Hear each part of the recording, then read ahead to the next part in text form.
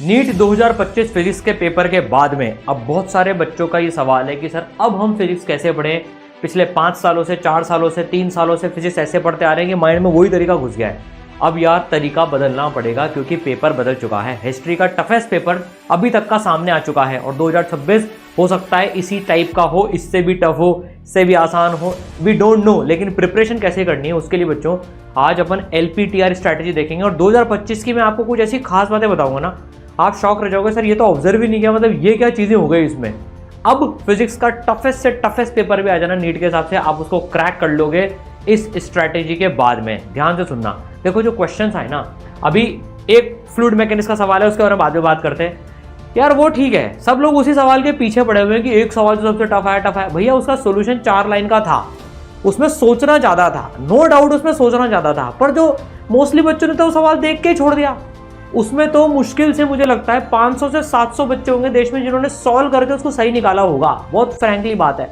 लेकिन जो ऐसे सवाल जो नॉर्मल तरीके से सॉल्व करा जा सकता है, जिसमें मेहनत लगती है, जिसमें कैलकुलेशन लगती है, कंसेप्ट भी लगता है, उनकी मात्रा ज़्यादा थी। अब ये सवाल जैसे देखो अपने विजुअलाइजेशन लेक्चर्स में से आया, बिल्कुल एज इट इज़ है ना, थीटा अलग जगह से मेजर था। सीखने की बात क्या है, इसमें वो चीज़ पूछ ली जो कि आज तक नहीं पूछी गई थी कि भैया स्लैक होएगी तब वेलोसिटी बताओ कितना। मल्टीपल कंसेप्ट एक क्वेश्चन में लगवा लिए लैंग्वेज देकर, इसलिए पेपर की टफनेस लेवल बहुत ज़्यादा हो गई।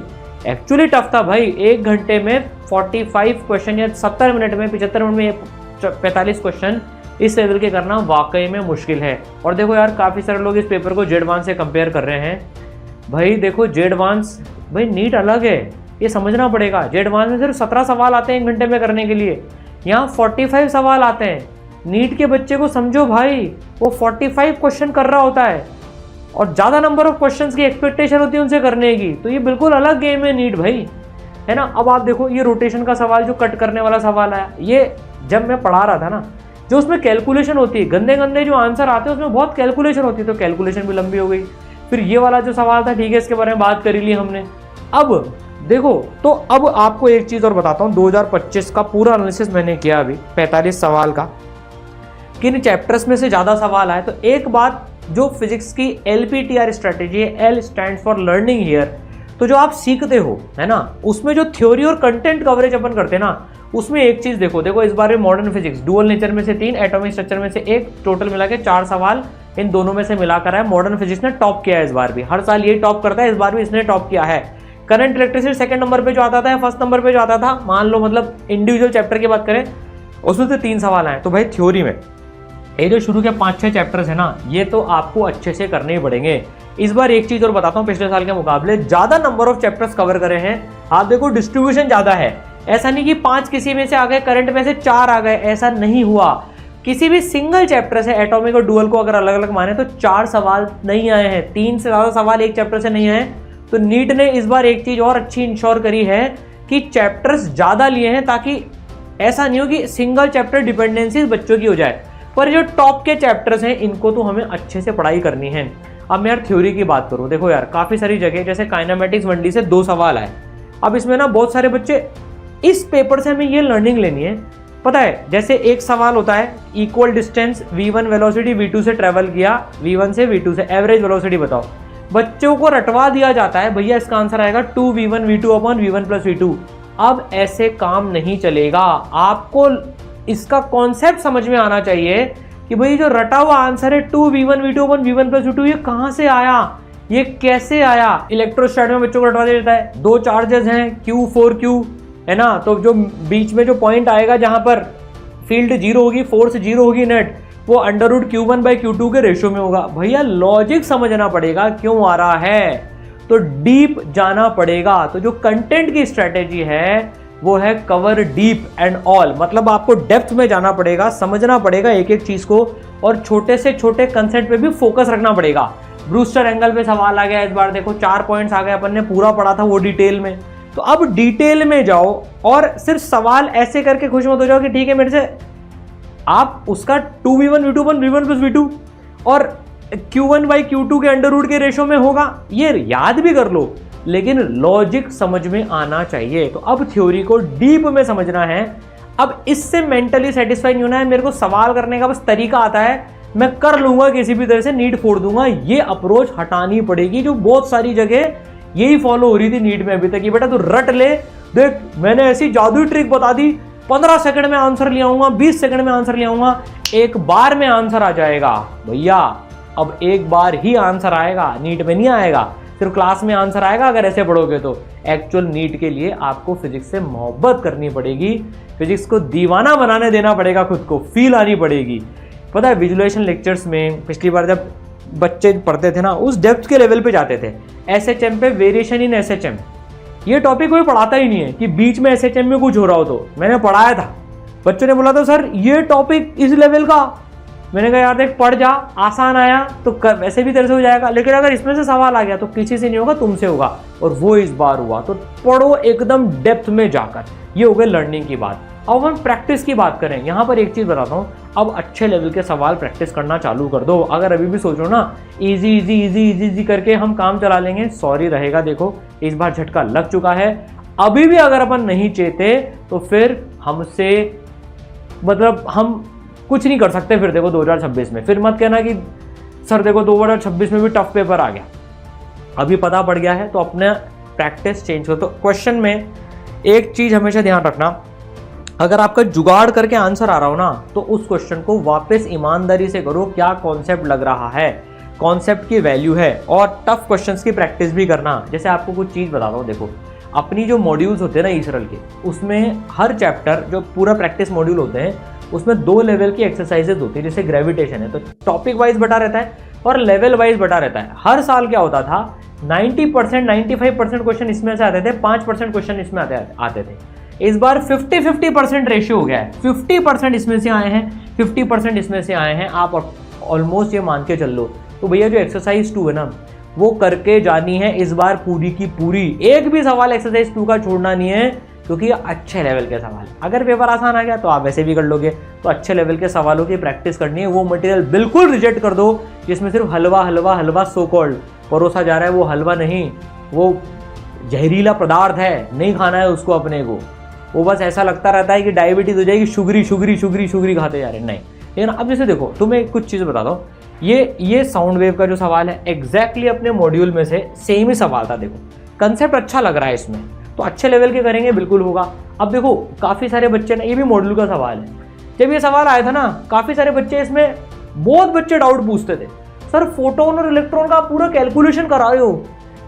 नीट ने तो फिर भी एक्सप्रेशन नहीं दिया, अपन ने इससे भी लेवल अच्छे का सवाल पढ़ा था, कैलकुलेट करा था पूरा का पूरा। तो देखो अब कैलकुलेशन से घबराना नहीं और कैलकुलेशन स्ट्रॉन्ग करनी है। उसका तरीका आपको कभी सिखाऊंगा, कैलकुलेशन कैसे स्ट्रॉन्ग करनी है। ये सवाल देखो भाई साहब, ये बहुत अच्छा सवाल है। t = x² + x 2 बार डिफरेंशिएट करना पड़ता है, एकदम वैसा का वैसा ही सवाल था, आंसर भी मैच कर रहा है ना। वहाँ 1/4 था, यहाँ पर भी 2³ निकालोगे तो 1/4 आ जाएगा।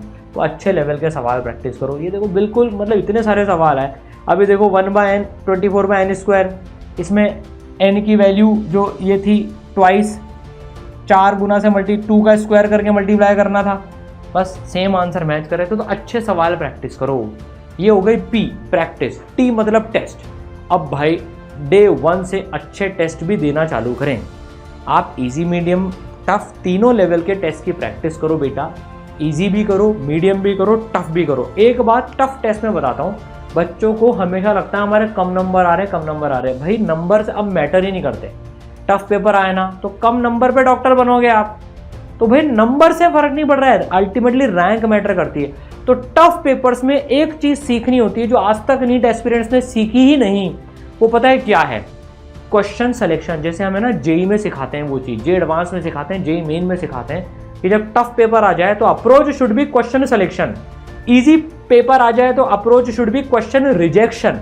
तो जैसे इस बार टफ पेपर आया उसमें छाट के सेलेक्ट करने थे। जैसे इस बार किसी ने 25 सवाल भी कर लिया ना तो बहुत अच्छा माना जा रहा है उसको कि 100 नंबर, 110 नंबर, 120 नंबर फिजिक्स में लिया है, मतलब भाई तूने मचा दिया, वेरी वेल डन। तो उसमें वो बच्चा जीता होगा जिसने क्या करा होगा, अपने 45 में से 30 सवाल छांट लिए होंगे और 1 घंटे में सिर्फ उन 30 सवालों में टाइम स्पेंड किया होगा, वो बाजी मार के ले जाएगा। उसने उन 15 क्वेश्चन का मोह छोड़ दिया होगा कि मैं इसको सेकंड राउंड में करूंगा। तो यहाँ पर टेस्ट स्ट्रेटेजी बिल्कुल डिफरेंट हो जाती है। इसको हम अभी तक जेई में सिखाते आ रहे थे, नीट के बच्चों को भी सिखाई थी कि अगर टफ आ जाए बाई चांस, लेकिन बहुत कम उनको ये बात बोली जरूर थी कि टफ आ जाए तो ऐसे करना, क्योंकि यार किसको पता था ऐसा हो जाएगा, लेकिन अब पता है। तो अब टफ पेपर्स में बिल्कुल डिफरेंट टेस्ट स्ट्रेटेजी होती है। वो टेस्ट स्ट्रेटेजी सेलेक्टिव क्वेश्चंस की वो लगानी पड़ेगी। एक डिटेल वीडियो टेस्ट स्ट्रेटेजी का बना भी दूंगा टफ पेपर्स के लिए, ठीक है ना। अब बात होती है, देखो जैसे मैं आपको बताता हूँ, ये AIOT all India open test था अपना 19 जनवरी का, एकदम सेम सवाल मैच कर गया। ये प्रैक्टिस पार्ट सिलेबस जो टेस्ट हुआ ना, देखो अपना 60 आंसर ऑप्शन में था, यहाँ पर वही 60 सेम सवाल है, 2 × 10 की और -7 अपन ने जो दिया था वो क्वेश्चन में पूछ लिया गया। तो भाई टेस्ट जब इस लेवल के भी हुए ना, तो टेस्ट अच्छे लेवल के भी दो, ठीक है ना। तो ये बात हो गई टेस्टिंग की। अब आपको एक चीज बताता हूँ, 3 रॉड के सवाल कोई करता ही नहीं है। ये अभी अपने मॉड्यूल का सवाल है ना, ये एक्सरसाइज 2 का सवाल है। देखो टफ लेवल के सवाल में बोल रहा था ना, तो अब ऐसे सवाल भी करो जिसमें ज्यादा कैलकुलेशन हो। इसमें टेम्परेचर T1 T2 का सम निकाला था, इसमें रेशियो निकलवा लिया। इतने लेवल पे सिमिलैरिटी बैठी है, बिकॉज टफ प्रैक्टिस करी अपन ने शुरू से, ठीक है ना। अब देखो रिवीजन में सबसे बड़ी बात क्या है, बच्चे जब भी रिवीजन करने के लिए उठाते हैं, फिजिक्स के रिवीजन की बात बता रहा हूँ बच्चों, तो क्या होता है, सबसे पहले नोट्स से स्टार्ट करते हैं। चलो यार जो भी चीज रिवाइज करें, नोट्स, नहीं, अब ऐसा नहीं करना, ये गलती है। अब जिस चैप्टर के हमने नोट्स इतनी बार रिवाइज कर लिए, मान लो आपको उसका रिवीजन करना है, स्पेशली ड्रॉपर्स के लिए बता रहा हूँ, तो सीधे आप क्वेश्चन प्रैक्टिस से रिवीजन करो। अपने मॉड्यूल में क्वेश्चन मार्क कर लो कि मुझे ये रिवाइज करने हैं और उनको रिवाइज करो। नोट्स मत उठाओ, नोट्स उठाने से सेटिस्फैक्शन मिल जाता है पर प्रैक्टिस नहीं हो पाती। नोट्स भी रिवाइज करने हैं, लेकिन वो समय समय पर करने हैं, कुछ समय प्रैक्टिस को भी जरूर से देना है रिवीजन में। तो देखो टफ प्रैक्टिस करनी है, सारी चीज़ें करनी है यार। देखो पिछले साल ये सारे बच्चे जो एम्स में गए, इन्होंने इजी पेपर, टफ, मीडियम सबकी प्रैक्टिस करी थी, लेकिन अब इजी आ गया इनके टाइम पर, तो इन्होंने उसमें भी फोड़ दिया। जो बच्चे ड्रॉप ईयर लेना चाहते हैं 2026 में और इस तरह से तैयारी करना चाहते हैं, तो उनके लिए नीट 2026 वॉरियर कोर्स है बच्चों। सिर्फ 500 बच्चों के लिए कोर्स है, लिमिटेड सीट्स होती है इसरल में, और मोस्ट अफोर्डेबल कोर्स है ये, जिसमें टीचर्स के साथ आपका लाइव इंटरेक्शन होगा क्लास में ऑडियो विजुअल तरीके से। कैसे पढ़ोगे आप, आपको बता देता हूँ। देखो एक ऑनलाइन क्लासेस जो होती है वो इस टाइप की होती है, जिसमें आप चैट करते जाते हो। देखो जब टफ कंटेंट की पढ़ाई करनी होती है ना, तो टीचर्स के साथ इंटरेक्शन जरूरी होता है। इसमें आप कैसे करोगे बताओ। तो भाई अपनी जो लाइव क्लासेस होती है वो इस तरीके की होती है। आप टीचर के फोटो आप देख सकते हो, तो सब जगह देख सकते हैं इसमें भी, लेकिन टीचर्स यहाँ बच्चों को देख सकते हैं, उनकी आवाज़ सुन सकते हैं, उनको अनम्यूट कर सकते हैं, उनसे डिस्कशन कर सकते हैं लाइव क्लास में। ये सबसे बड़ी बात है। और ये कब पॉसिबल हो पाता है, जब लिमिटेड बच्चे हों। अगर आप 20,000 के बैच में पढ़ रहे हो तो ठीक है यार, हो सकता है कि आपको लगे कि यार मेरी फ़ी बहुत कम लग रही है, लेकिन वो जो साल वेस्ट होता है ना, उसके कंपैरिजन में वो फ़ी बहुत ज़्यादा है, बहुत ज़्यादा है, ठीक है। तो इस फीचर, इन फैसिलिटीज़ के साथ में बच्चों अपना सबसे अफोर्डेबल कोर्स है, प्लस आपको मेंटरशिप मिलेगी। बच्चे बोलते हैं सरल तो क्या है, ऑनलाइन में भी होमवर्क चेकिंग, अटेंडेंस। आपने कभी छुट्टी करी, आपके पास अभी तक हो सकता है फ़ोन भी नहीं आया हो कभी भी, 5 दिन से गायब हो, 6 दिन से गायब हो, कुछ नहीं कर रहे, नोबडी केयर्स। 20-25 बच्चे अलग से उठा लिए, हवा बैच बना लिया, सितारा बना लिया, उन पर ध्यान है, बाकियों पे ध्यान ही नहीं है। ऐसे कैसे हाईएस्ट सिलेक्शन रेशो आएगा? नहीं आएगा। हर बच्चे पे केयर करता है ईसर। देखो आपको बताता हूँ, जैसे देखो ये सारे बच्चों के नोट्स चेकिंग का वो हुआ, तो भाई सबके नोट्स चेकिंग करी गई, होमवर्क चेकिंग करी जाती है। आप क्लास में नहीं आओगे तो मेंटर्स कॉल करेंगे, क्यों? क्योंकि लिमिटेड बच्चे हैं और मंशा है ऑर्गेनाइजेशन की केयर करने की। मेंटर से आप डायरेक्ट ऐसे कॉल पे बात कर सकते हो, उनका नंबर आपके पास होता है, आपका नंबर उनके पास होता है। तो इस तरह से आपकी पूरी मेंटरशिप चलने वाली है। मॉड्यूल्स अपने लेजेंडरी मॉड्यूल्स हैं, मैंने आपको बताया दिया, exercise 1, exercise 2, PYQs fully solved है ना। मॉड्यूल्स के भी जो 30,000 से ज़्यादा सवाल हैं, उनका टेक्स्ट और वीडियो सोल्यूशन मौजूद है। सबसे बड़ी बात, टॉपिक वाइज और लेवल वाइज सेग्रीगेटेड है।